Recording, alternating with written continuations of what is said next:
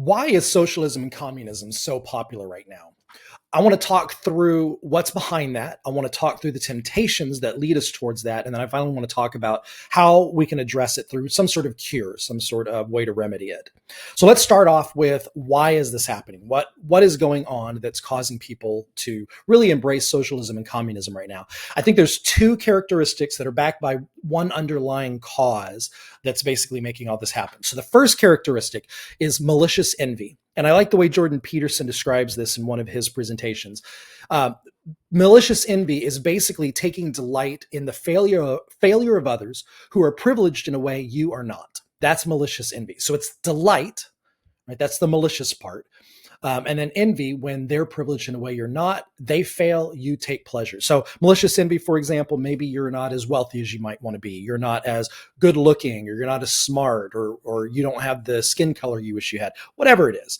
You're not privileged in some way. And when you see someone that's privileged in a way you're not, when they fail, you take delight in that.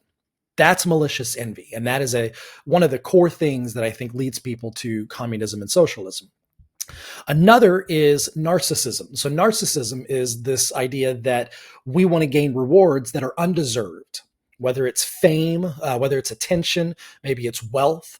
This is narcissism. So it's not earned fame or wealth or power, honor, pleasure, whatever it is. We want the rewards anyways. We feel we deserve it just because of who we are.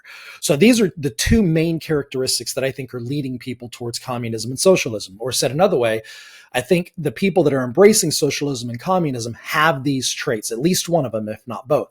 There's something that underlies both of them, and that is resentment. Resentment is basically developed by brooding and fantasizing over some perceived injustice for a long period of time.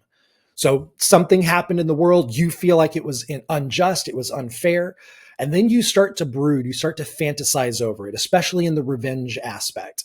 That's what resentment is, or that's what creates resentment.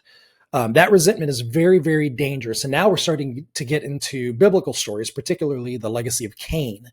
So as Cain was bitter and resentful against his brother, who was highly capable, we can see how those things manifest there. So that's really what's underlying the desire to move towards socialism and communism. It doesn't work. It can't work. So it's not like people think of it from a systems engineering perspective and think, okay, this is a good thing. We need to try to move towards it. There is nothing good that can ever work out of it.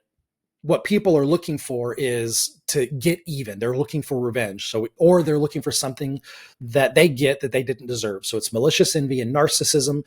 Could be both. Usually it's one or the other. But that's the underlying traits behind this. So it's resentment ultimately at the end of the day.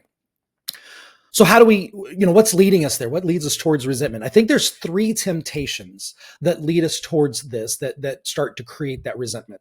The first temptation is that my failures are not my responsibility. It's not my fault. It's not my responsibility. It simply is what it is. I don't have to do anything about it. It's just the way the world is. The failure is the failure. This is a victim mentality. So victim mentality is one of the temptations that we can fall into that lead us towards resentment. It's not my fault. The second one is, well, I don't need to sacrifice now to get what I want. I should be able to get it right away. This could be laziness, or this could also be psychopathy. Psychopaths are noted because they have an inability to sacrifice for the future. They have an inability to delay gratification. They only want what they want now in the moment. They can't even sacrifice for their own future. So this is another temptation that can lead us down towards resentment. The third one is, I can be happy from material things. So this is hedonism or materialism. And this is another temptation that we can fall into that says, happiness can be generated by things. I just need more things. I need your things. I need my things. I need everybody's things. And then I'll be able to be happy. These three temptations in combination certainly are dangerous. Individually, they can lead us towards resentment as well.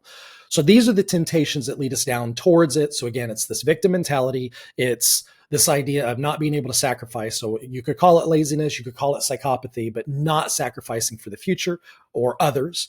And then finally, hedonism or materialism, being able to be happy or thinking you can be happy for material things.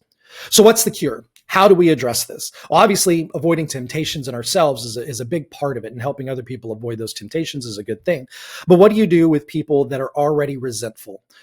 I think there's only two things we can do. The first is forgiveness, and the second is love. So forgiveness That's probably the harder of the two. What's interesting about forgiveness is we often want somebody to atone before we forgive, but that's not the way forgiveness works. God does not forgive us once we've atoned. God forgives us immediately. It's the grace that he gives us. And then we must make atonement. If we don't atone, yes, we need to be forgiven again. And we continue to sin again, and God is displeased. And if we continue to sin, even after he's given us forgiveness, if we don't atone, that's when, well, bad things happen. But the forgiveness has to come first, and that's true with us too. I really do believe that forgiveness is a miracle. We have to provide the forgiveness first. This is hard. This is hard because grace flies in the face of justice. Grace and forgiveness and justice are almost at opposite ends of the spectrums. We want justice, but forgiveness requires us to forgive that. It doesn't mean excusing it. And I want to be clear about that. Forgiveness is not the same as excuse. Once there's forgiveness, there does need to be atonement or at-one-ment. I like the way that's phrased. I think Jordan Peterson talks about that. So there still needs to be atonement for the forgiveness to take, for that to really be able to move past whatever that action is. But forgiveness is a big part of it. I forgive you for your resentment. Now let's help you move past it. So forgiveness is huge. The second is love. And I want to be very clear and very specific about what I mean by love. I'm not talking about esoteric love or romantic love or hippy-dippy stuff. Love is wanting and actively pursuing and promoting what is best. That's love. So love is wanting and willing the best for someone else. That's what we need to do. We need to be loving of people, not in compassionate caring, and not even necessarily kindness or niceness. Love does not always require kindness and niceness. And sometimes we have to be harsh in our love. Sometimes we do have to be kind. The message certainly has to be received, but we have to actively promote what is best in someone else. That's love.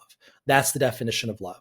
And so we do need to be working towards what's best in somebody else. We need to help them move past what's holding them back, this resentment to which they have held for so long. We need to help them move past. We don't get past this push for socialism and communism by ignoring people. We help them move past it by having relationships with them in a relational context. And we have to promote what's best in them. And we have to let them know that we forgive them from what they have done in the past and what they have believed in the past, and help them move forward past this. This is the only way to get past it. So hopefully this was helpful. I've been thinking about this for a long time and wanted to basically share these thoughts.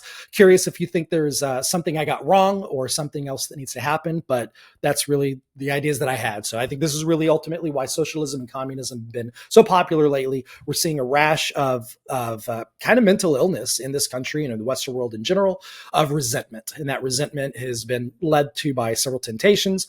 To get past it, we have to forgive ourselves and forgive each other and love ourselves and each other. We have to want the best for ourselves and each other. So keep bringing awesome to the people. I'll talk soon.